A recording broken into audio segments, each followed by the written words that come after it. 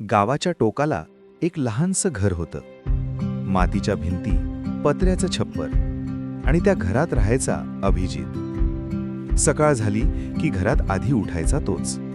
आईसाठी पाणी गरम, औषध वेळेवर आणि मग स्वतःचा दिवस सुरू. वडील गेले तेव्हा अभिजित फक्त 18 वर्षांचा होता.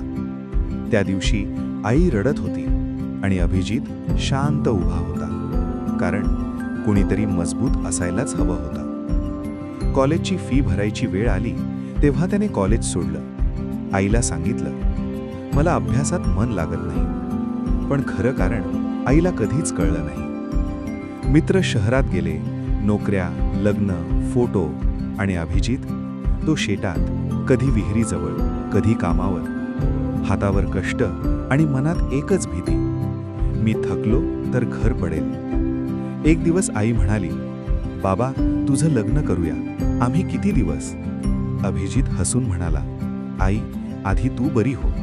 पण रात्री तो एकटाच रडला, कारण त्याचं आयुष्य कुठेतरी थांबलं होतं. एकदा कामावरून येताना तो आजारी पडला. 3 दिवस उठू शकला नाही. आई त्याच्या शेजारी बसून पहिल्यांदाच त्याचा हात धरला आणि म्हणाली, माझ्या लेकरा, मी तुला जन्म दिला, पण तू मला जगायला शिकवलंस. त्या एका वाक्यात अभिजितचं सगळं दुःख विरघळलं. काही महिन्यांनी अभिजितला शहरात नोकरी लागली.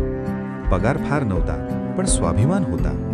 आईने पहिल्यांदा नवीन साडी नेसली आणि अभिजितने पहिल्यांदा मोकळा श्वास घेतला.